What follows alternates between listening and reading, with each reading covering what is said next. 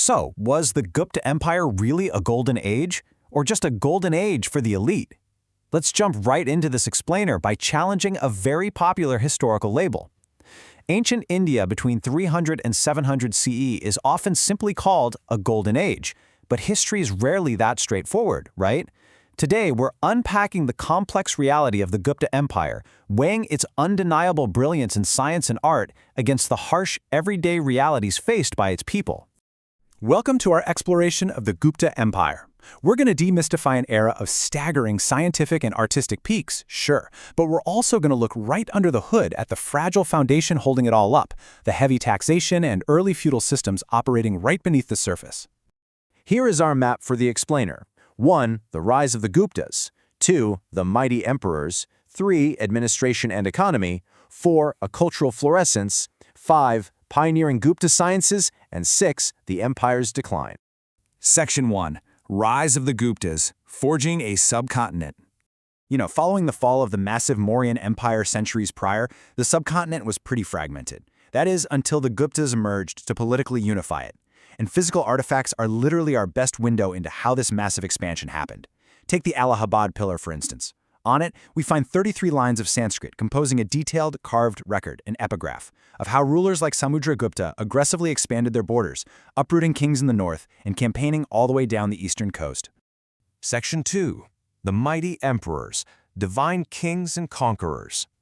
This whole era was defined by a lineage of legendary rulers who essentially claimed divine status, calling themselves Maharaja Dhiraja, or Great King over other kings. Starting out in 319 CE, Chandragupta I catapulted the dynasty to power through a highly strategic marriage to a princess of the powerful Licchavi clan, bringing immense political legitimacy and wealth to his reign. He's followed by Samudragupta, often dubbed the Napoleon of India for his vast conquests, and then Chandragupta II, who expanded the empire to its absolute peak.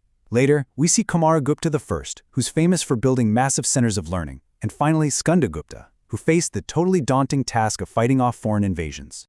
It's fascinating, really. The Guptas essentially used their gold currency as an ancient public relations campaign. We have abundant coins from this era proving it. On one, you'll see Samudragupta casually playing the lute, promoting himself as a cultured lover of music. On another, a king rides a warhorse. They were projecting a very deliberate dual image here. Enlightened, artistic scholars on the one hand, and fierce divine warriors on the other. Section 3.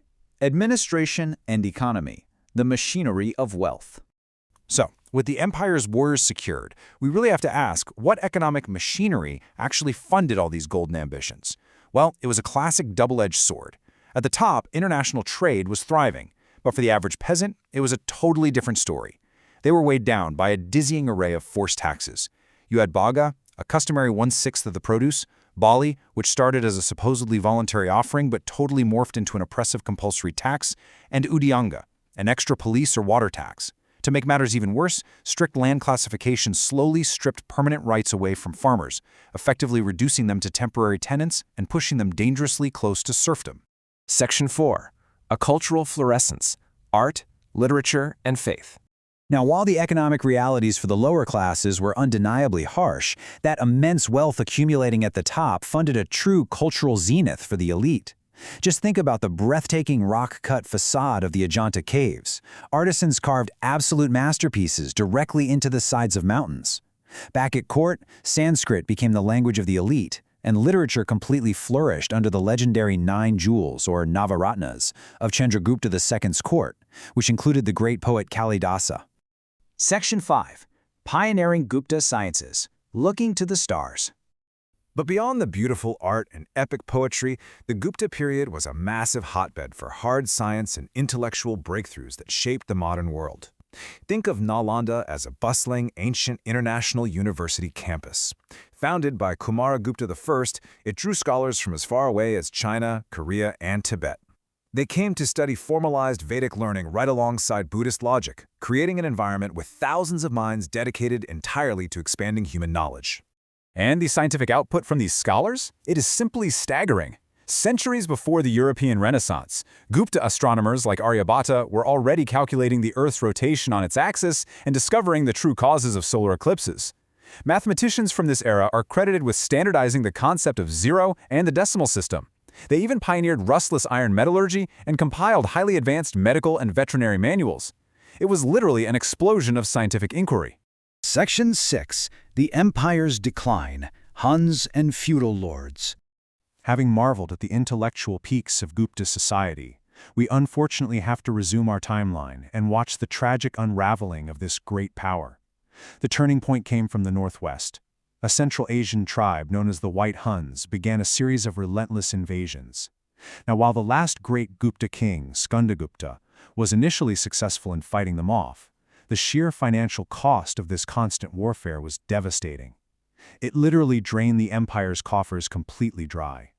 To cope with a completely empty treasury, the state had to radically change how it operated. Instead of paying officials and military commanders with gold or silver coins, the Guptas started paying them with land grants. And honestly, this proved to be a fatal mistake. By handing local landlords fiscal and judicial rights, the Guptas inadvertently decentralized their own power. This massive shift crippled central authority, stunted trade, and locked India into a deeply entrenched feudal system that was heavily reliant on forced labor. So, we arrive at the core paradox of the Gupta Empire. We're left looking at two highly contrasting realities. On one hand, you have a booming, enlightened era for the urban elite, marked by unprecedented high culture and scientific discovery. But on the exact same token, this enlightenment was built directly on the backs of a rural peasantry who were slowly losing their permanent rights to a rising system of feudal serfdom. I want to leave you with a lingering thought to ponder long after this explainer ends. How do we actually weigh the scales of history? Does the sheer brilliance of the Gupta mind, the invention of zero, the poetry, the universities, excuse the fractures and inequalities within its society? Or is a golden age always subjective, depending entirely on which class you belong to? Thank you for exploring the evidence with us, and as always, keep questioning the history you've been taught.